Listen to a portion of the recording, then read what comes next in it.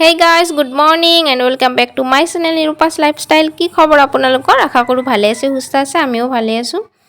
আমি তিৰুতা মানুহবোৰৰ ৰাতিপুৱা উঠি এটাই টেনচন হৈ থাকে মূৰত যে আজি কি বনাও কি নবনাও আৰু মাছ মাংস একো নাথাকিলে তেতিয়া একো বনাব ইচ্ছাও নাযায়।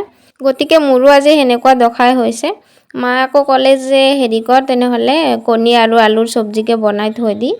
তো মই হেয়া গেছত বহাই দি থৈ আহিলো বইল হ'ব কাৰণে। বাহিৰত আহি কিনে চাও যে আকৌ আমাৰ এও পুখুৰীৰ পৰা হল মাছৰ চানা মাৰিলে।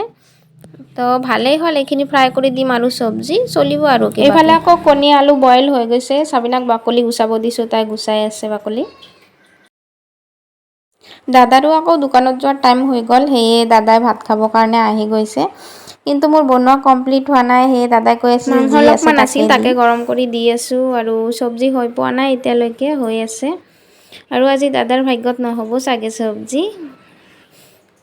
সঁচাকে দাদাৰ খোৱাও হৈ গ'ল, এইফালে মোৰ সবজিও ৰেডি, মাছৰ ভাজিও ৰেডি, দুয়োটাই ৰেডি এতিয়া। দুপৰীয়া খোৱা বোৱা হোৱাৰ পাছত মই ওলালো বাচন লৈ কেনে, বাচন ধুব কাৰণে। এই দুটাই আকৌ পুখুৰীত ইমান পানী থকাৰ পাছতো আৰু পানী দি আছে মটৰেদি। পানী কম হৈছে বোলে পুখুৰীত। দুটা মানে একদম সেম একেই হয়, যেনেকুৱা বাবু তেনেকুৱা সাবিনা। সাবিনাৰ মাথাততো আৰু একোৱে নাই। এই আকৌ চাই আছে বহি বহি দুজনৰ কাণ্ড। বাচন ধুই কেনে ইয়াশক গা ধুৱাই দিলো, সিহঁতেও ধুলে একেলগে ময়ো ধুই উঠিলো। গা ধুই উঠি কেনে মই সিহঁতক বিচাৰি আছো যে কিবা খাবলৈ দিওঁ বুলি। কিন্তু দাদাৰ ৰুমত আহি কিনে চাও যে দুয়ো একদম টোপনি গৈছে ধুনীয়াকে ফেন চেন অন কৰি। আৰু এয়া মেডামে মোবাইল চোৱাত ব্যস্ত। গধূলি টাইমত আকৌ দুয়ো ওলাই পৰিলো ৰিলছ বনাব কাৰণে। তাই আকৌ মোৰ কুৰ্তি সেট পিন্ধিলে, তো মই ক'লো যে তেনেহলে তোৰ ফ্ৰকটো মোক দি মই পিন্ধো। তো দুয়ো বদলা বদলি কৰিলো কাপোৰ। তাই আকৌ পটককে ক'ৰ পৰা বা ভাঙা চশমাযোৰ পিন্ধি আহিলে, বেগো লৈ আনিছে হাতত। তো তাইৰ এনেকুৱা ড্ৰেছ চাই কেনে আমাৰ ইয়াত সুধি আছে, মা আম্মি ক'ত যাব, আম্মি ক'ত যাব। মই কৈ আছো আম্মিকে সোধা আম্মি ক'ত যাব। তো এয়া ভালেই দেখা যায়, কিউট লাগিছে। সন্ধিয়াৰ টাইমত ইয়াশাকো কৈ আছিলো যে মা মই পুৰি সবজি খাম, মোক পুৰি বনাই দিয়া। তো সেয়ে পুৰি সবজি বনালো, বনাই কিনে চাৰিওটাকে খোৱালো, খুৱাই কিনে এতিয়া অলপমান ৰেষ্ট ল'ব দিছো। কৈছো যে আগে অলপমান জিৰাই ল, তাৰ পাছত তিনিজন একেলগ হলে মানে ঘৰৰ অৱস্থা একদমেই নাথাকে। সেয়ে খঙত মই বিছনাৰ চাদৰে গুচাই দিছো। কিমান খেলবা পাৰা খেলা। তাৰ পাছত মায়ে আকৌ আব্বাৰ আগৰ পুৰণা হাজিৰা বহি উলিয়াই দিলে তিনিওজনকে পঢ়িবৰ কাৰণে।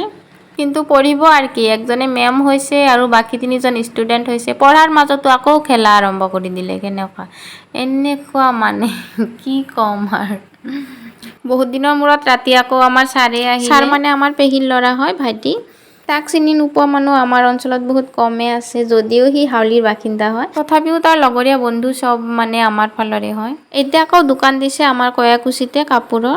সেয়ে আজিকালি ইমান টাইমো নাপায় আৰু আহিবও নোৱাৰে। সি আকৌ ধেমেলীয়া টাইপৰ হয়।